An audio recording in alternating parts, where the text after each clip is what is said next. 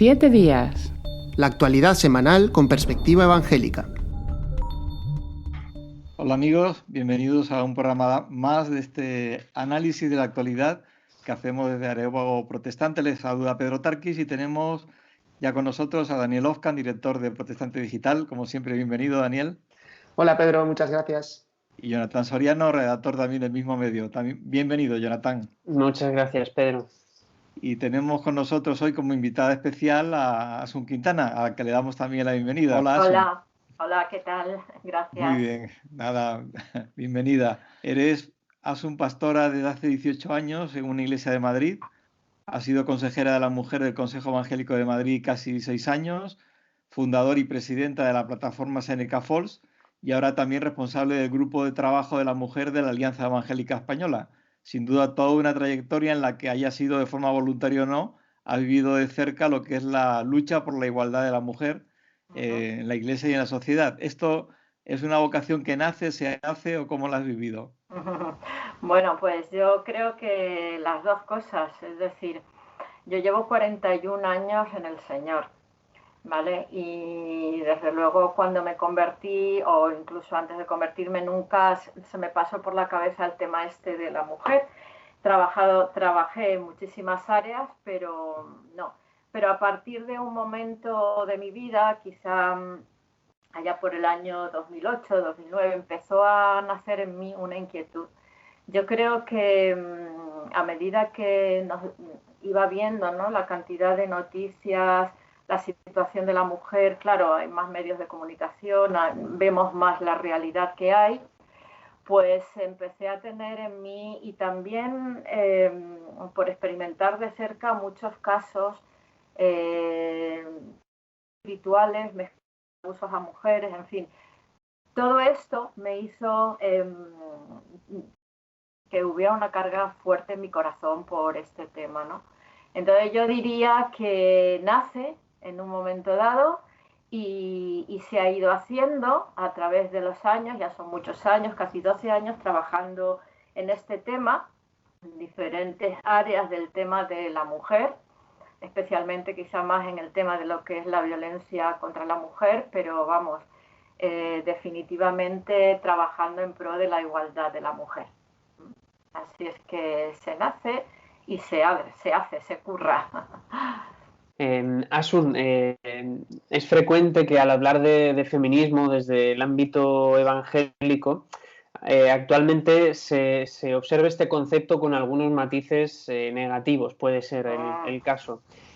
Vosotros desde la plataforma Seneca Falls y desde la Alianza Evangélica estáis proveyendo de mucha reflexión al respecto. ¿A qué crees que se deben esos matices negativos y cuál es la visión que vosotros aportáis?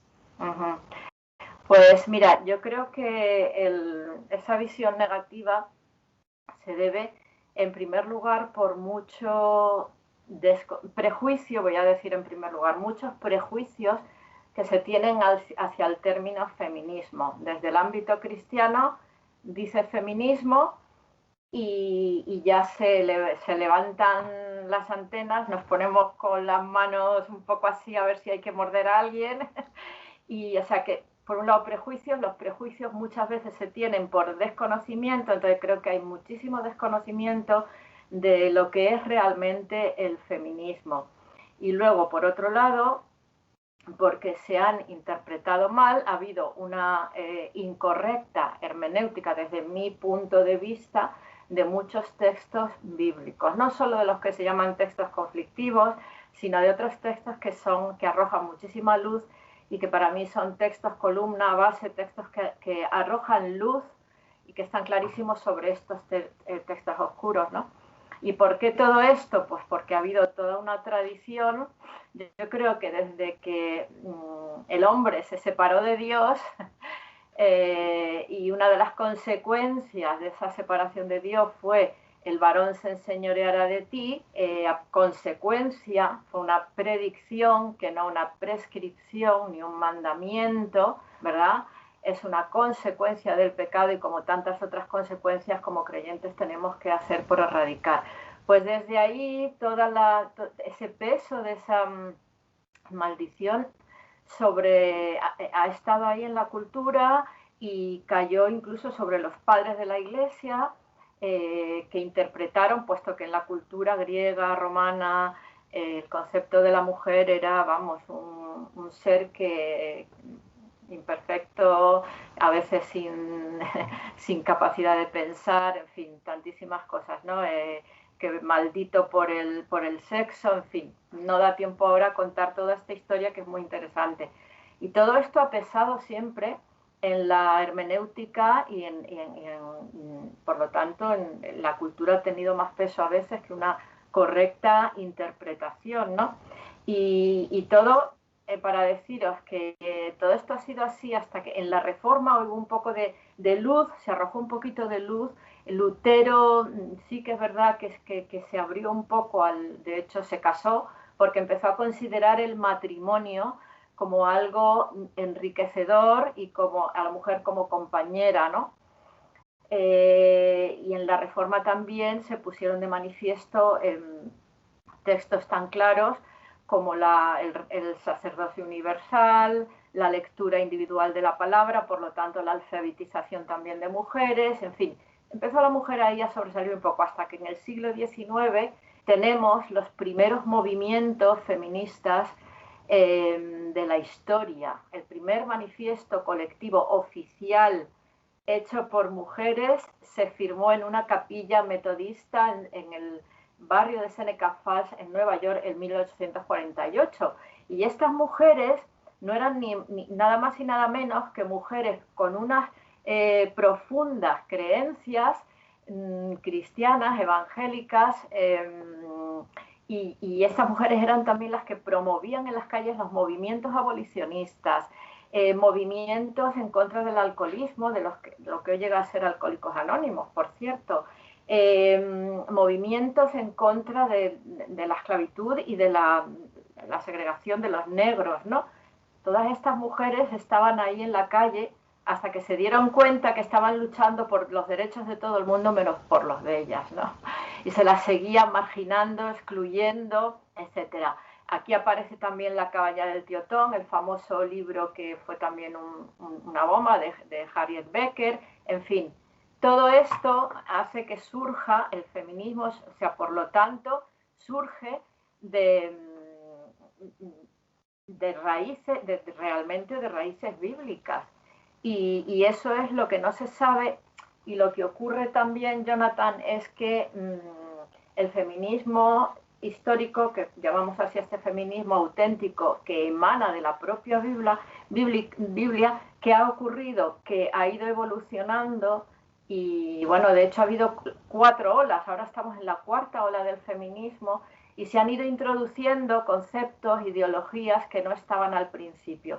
Feminismo es la igualdad de derechos de hombres y mujeres, punto. Así lo define la Real Academia, y así fueron sus comienzos. ¿Por qué? Porque decían ellas, porque así nuestro creador lo ha dicho y así nos ha hecho a su imagen, eso es. Pero hoy el concepto de feminismo pues se ha deformado, y ahí tenemos muchas olas que han ido viniendo, que han ido introduciendo conceptos que, claro, van algunos de ellos, algunos, no todos, en contra de nuestros principios bíblicos, ¿no? Se ha convertido en una lucha agresiva hacia el varón. Así es que yo creo que esa es la causa, pero hay que limpiar todo esto, ¿vale? Y redimir el término feminismo.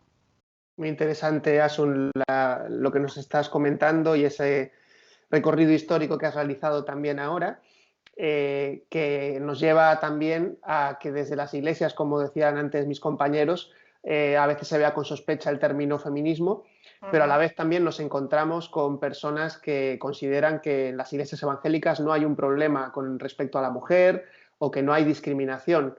¿Qué piensas sobre esto? ¿Crees que todavía hay situaciones de discriminación en las iglesias o las entidades evangélicas? Sí, evidentemente. Vamos a ver, las hay, porque es que aquí se mezcla un tema teológico, ¿vale?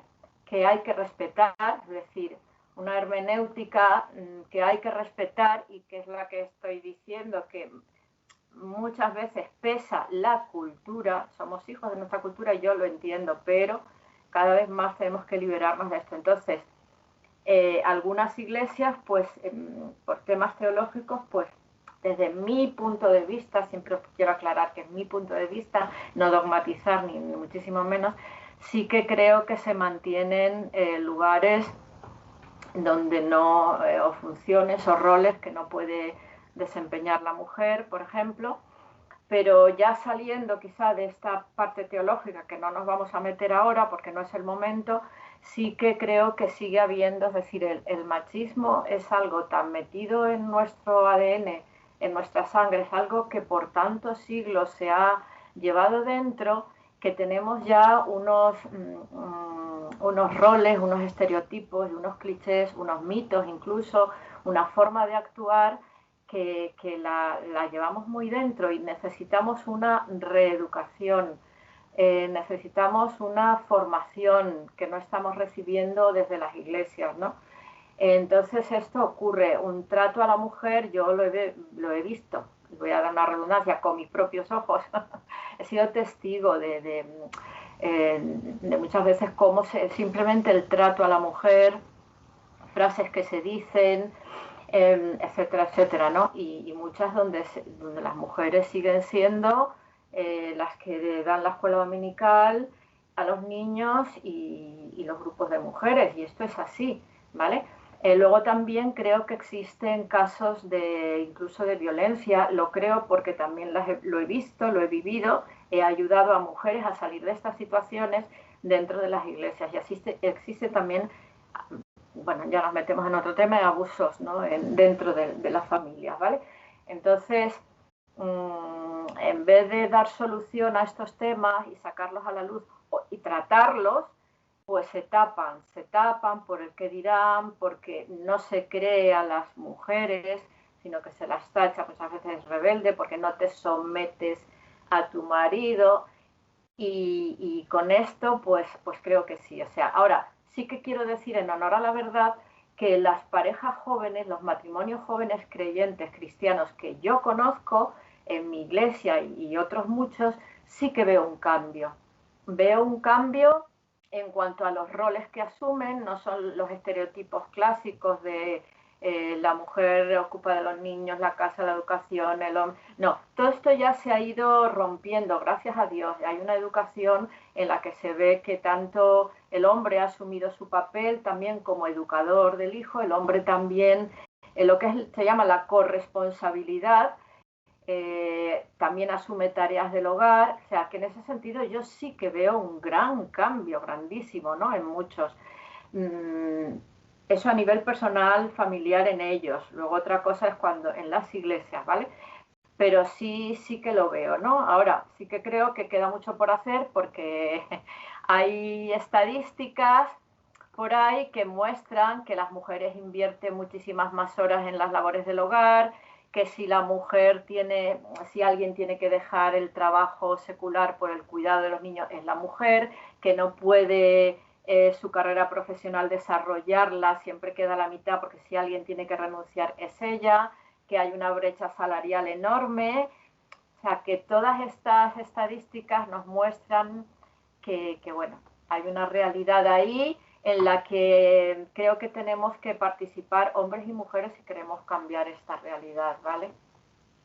Has mencionado el tema de las familias que van cambiando, sobre todo las familias jóvenes. Sí. Y nuestra felicitación a los jóvenes desde aquí.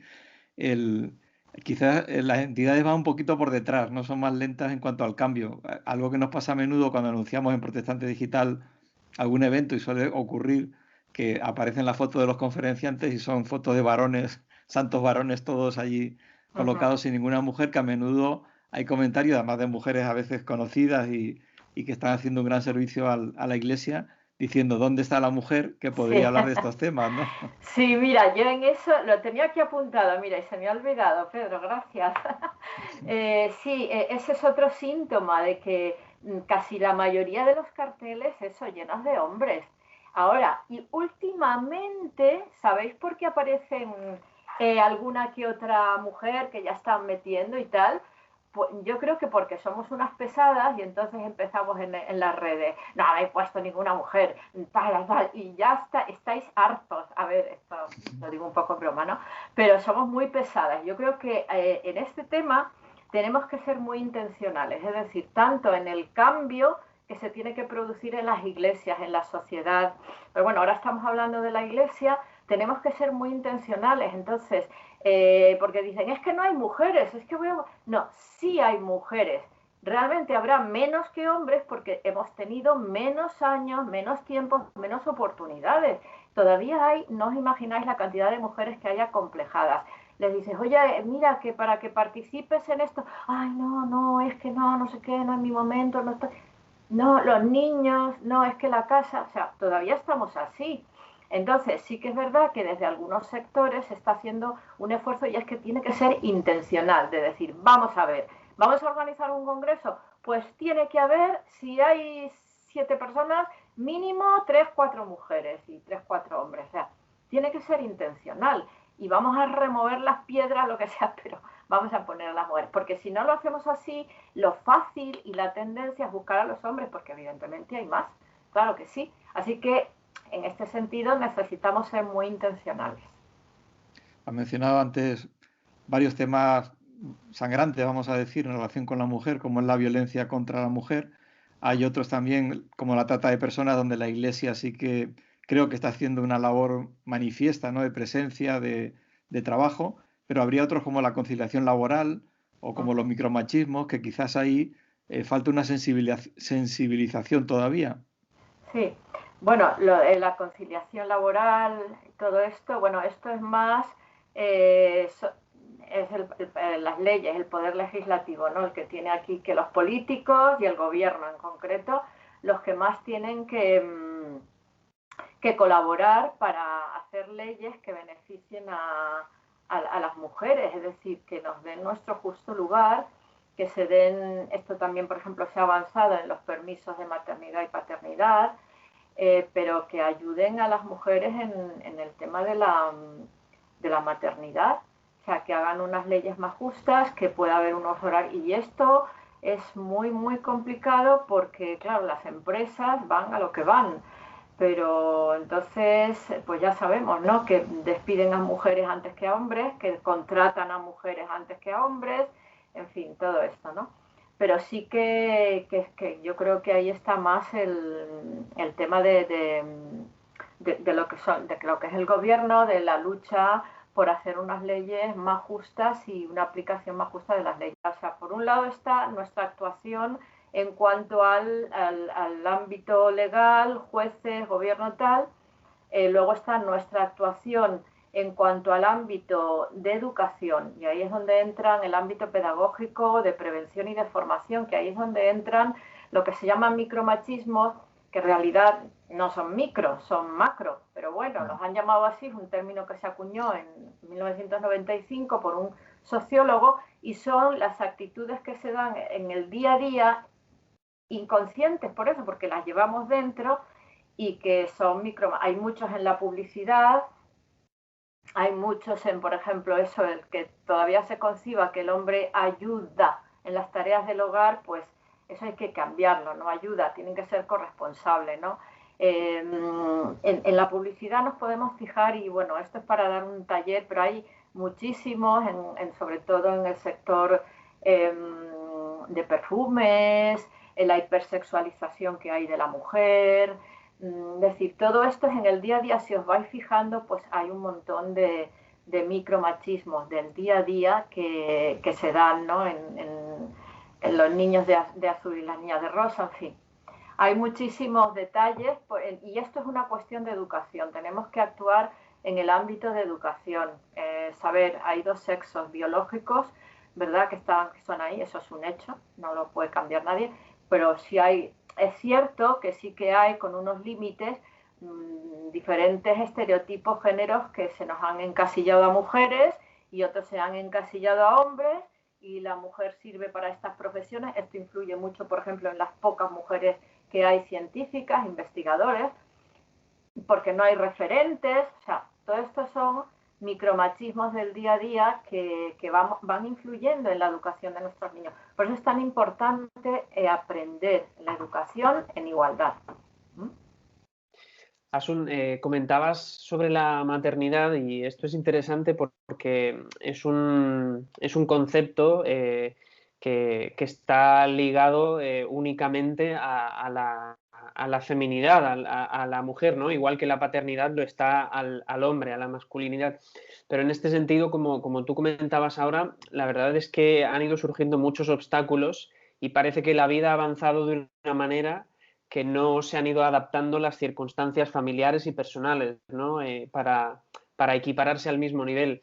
Eso ha puesto muchos obstáculos a la maternidad, como decías tú ahora, ¿no? Incluso Sí. Ha llegado al punto de verlo como algo malo, una amenaza para una carrera profesional u otras cosas. ¿Cómo crees tú que se puede conciliar esa idea, el hecho de la maternidad en las parejas, en los matrimonios jóvenes, en los hombres y las mujeres que, digamos, están empezando ahora sus carreras profesionales y a convivir también con esta realidad?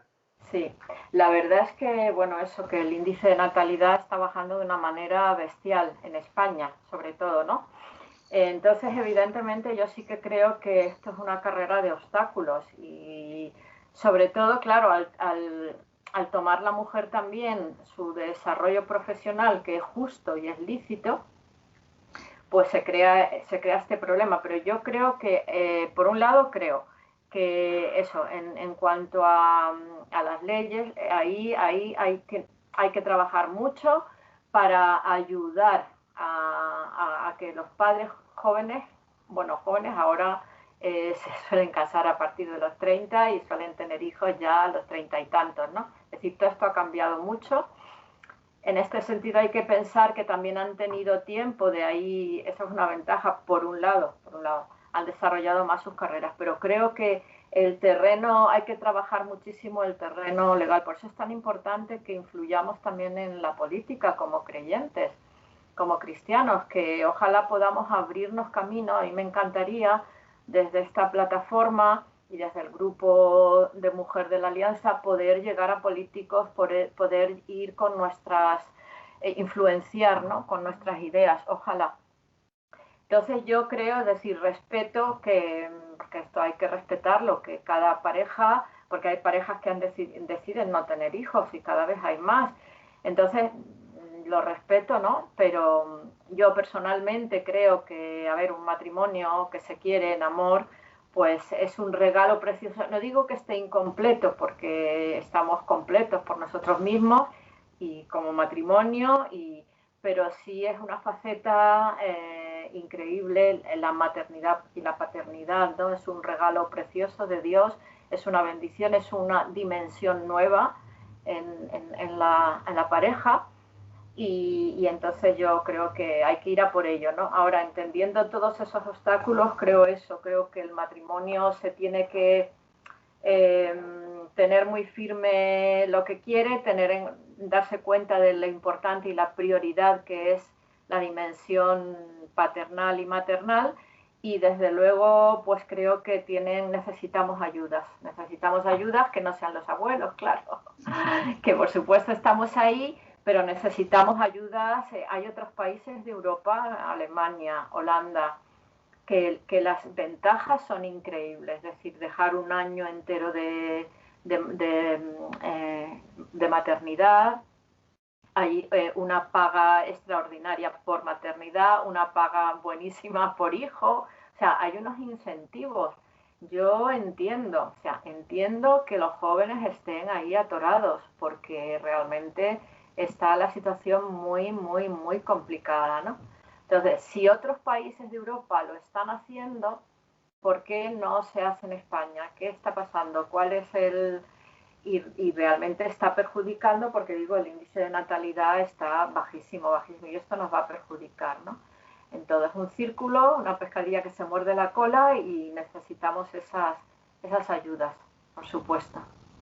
Asun, estamos muy cerca del día 8 de marzo, el Día Internacional de la Mujer. y entiendo que también desde la plataforma Seneca Falls y desde el grupo de mujer de la Alianza Evangélica se está organizando alguna actividad, así que si nos puedes contar qué es lo que se está organizando y la manera en la que también las personas pueden participar o asistir. Sí. Entiendo que será virtualmente, porque hoy en día todo es así, ¿no? Sí, de momento, y bueno, este año quizá todo lo que hagamos sea online. El próximo evento es el día 8 de marzo, es lunes, y a las 6:30 estamos convocados y convocadas es un acto de reivindicación y de celebración, ¿vale? Porque hay todavía mucho por andar, yo creo que he dado solo pinceladas, pero hay mucho aún por trabajar, ¿vale? Y también hay que celebrar, evidentemente, lo que hasta aquí, durante un poquito más de un siglo, otras han ido ahí trabajando y abriendo camino. Va a ser un acto creo que muy ameno, va a durar 1 hora, va a haber una presentación de lo que ha sido la historia y los orígenes del Día de la Mujer, que también tiene unos orígenes evangélicos, de todas estas mujeres que nombré antes.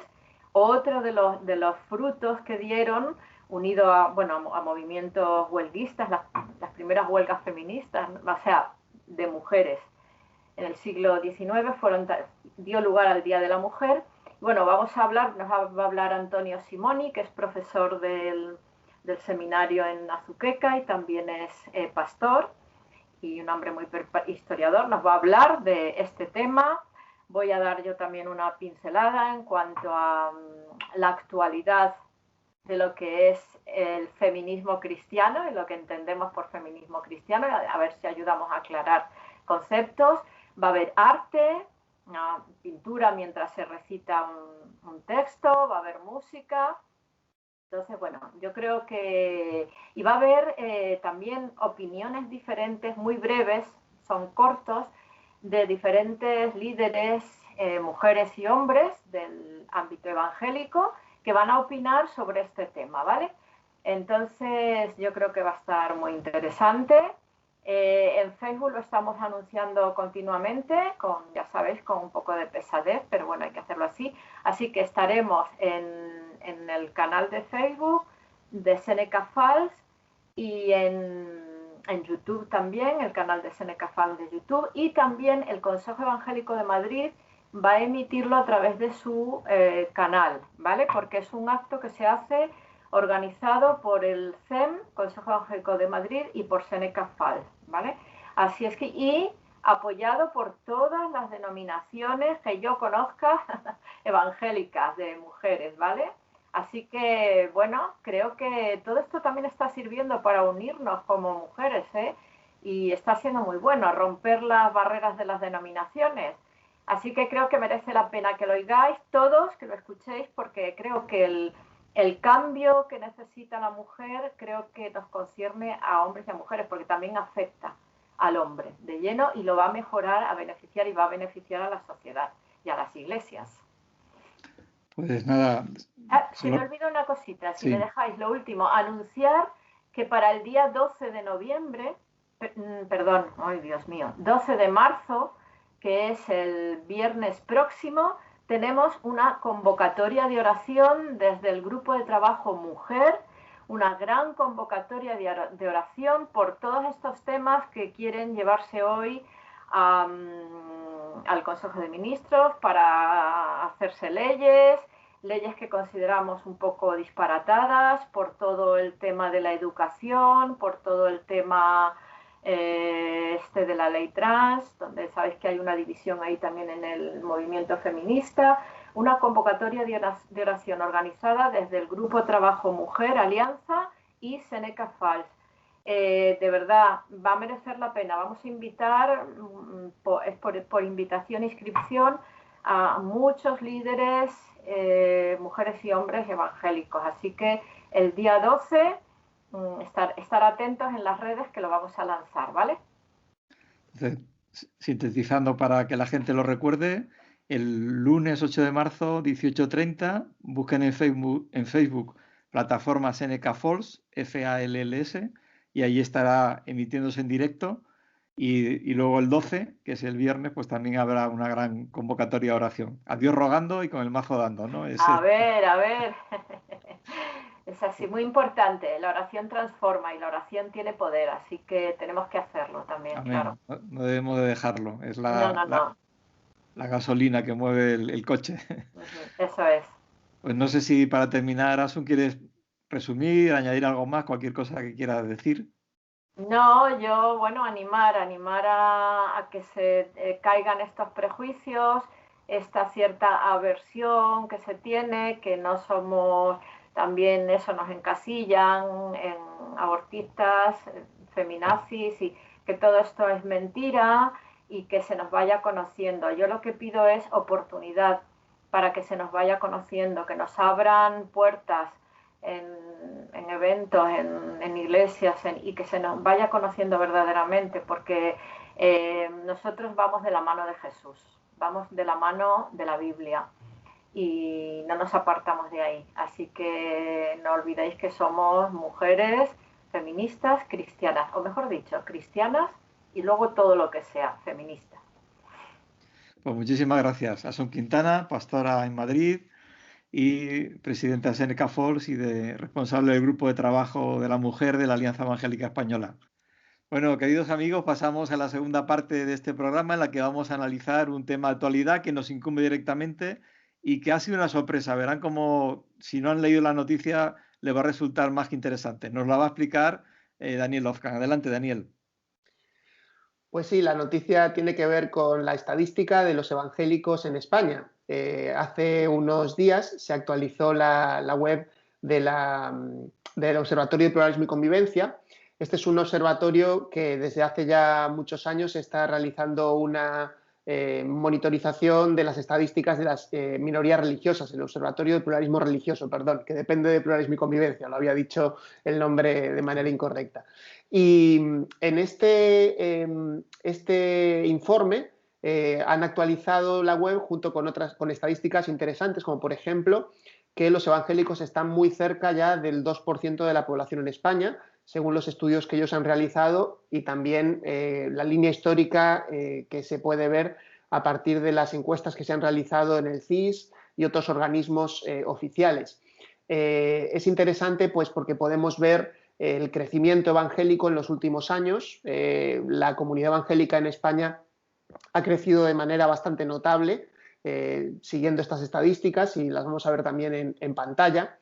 Por ejemplo, tenemos el dato de que los evangélicos eran en el año 1998 un 0,24% de la población.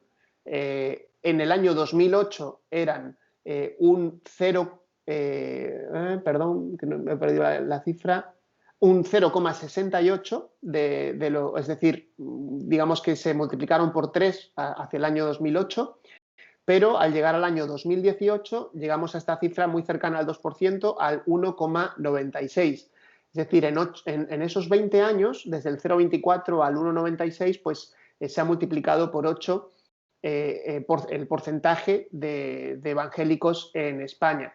Es la minoría que porcentualmente más ha crecido de las minorías religiosas en nuestro país.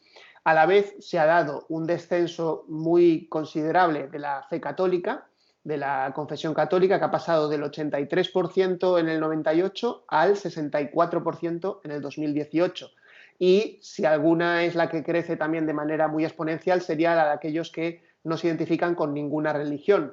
Cerca ya de un 30% de la población que no se identifica con ninguna religión, y allí sumaríamos a personas que se declaran ateas, con personas que se declaran agnósticas, con personas que simplemente pues, no se quieren identificar con ninguna religión en concreto, llegando cerca de ese 30%. Y otra estadística interesante que también tiene que ver con los evangélicos en concreto, tiene que ver con cuál es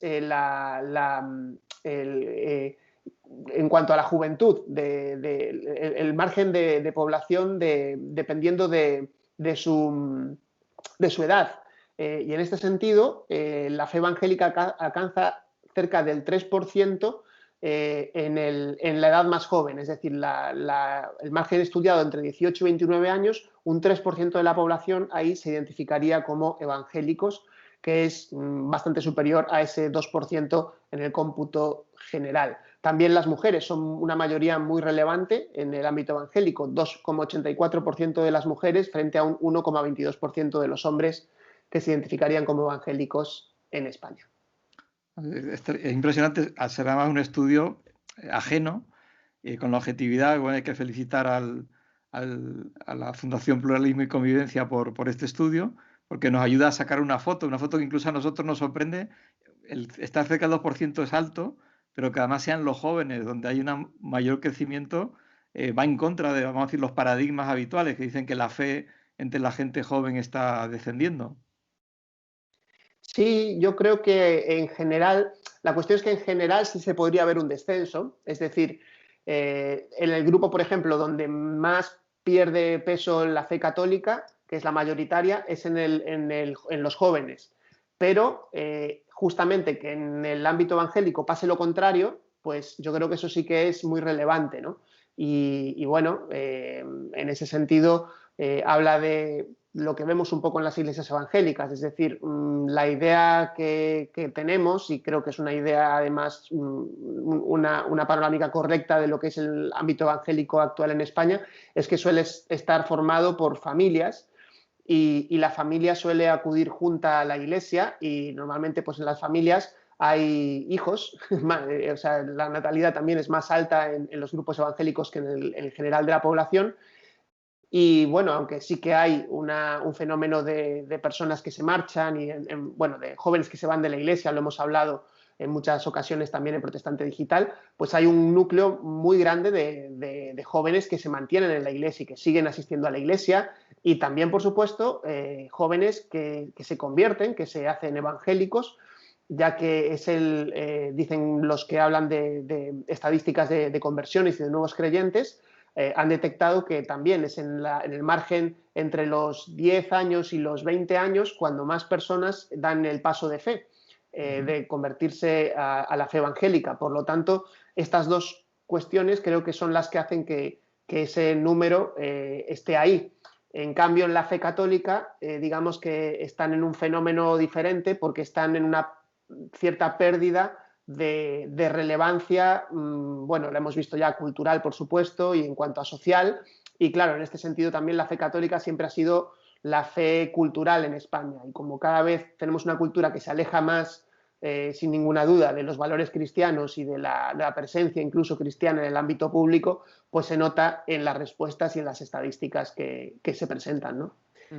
Otro tema, Dani, en paralelo al crecimiento de población evangélica en España, en la nueva web también se refleja la evolución de los lugares de culto de las diferentes confesiones religiosas, ¿no? En la confesión protestante también ha habido un crecimiento, y si no me equivoco es la que más ha crecido también el número de lugares de culto, ¿no? Sí, y este sí que es un crecimiento sostenido, e incluso un crecimiento que nosotros sí que lo hemos ido rastreando de manera muy, muy cercana. De hecho, llevamos recogiendo la estadística que se publicaba en el Observatorio del Pluralismo Religioso cada 6 meses. Entonces, nosotros cada 6 meses hacíamos esta noticia, ¿no?, de ver cuál era el número de lugares de culto.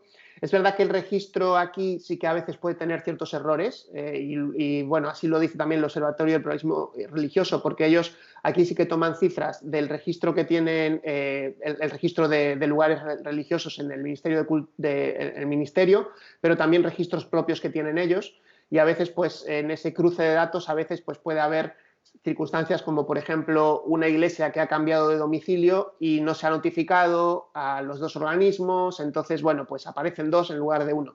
Sin embargo, bueno, a pesar de estos errores, sí que se ve ese crecimiento de lugares de culto de manera muy sostenida en el tiempo. Ahora mismo estamos en España en 4.283 lugares de culto evangélicos y bueno, pues sí, es una cifra que también ha ido en aumento y en crecimiento en los últimos años. En el año 2011, cuando comenzó la estadística, eran algo menos de 3.000. O sea, estábamos cerca sobre unos 3.000 habría, pero ahora, pues unos 10 años después, estamos en 4.200. Ha habido un aumento de más de 1.200 lugares de culto evangélicos en esta década.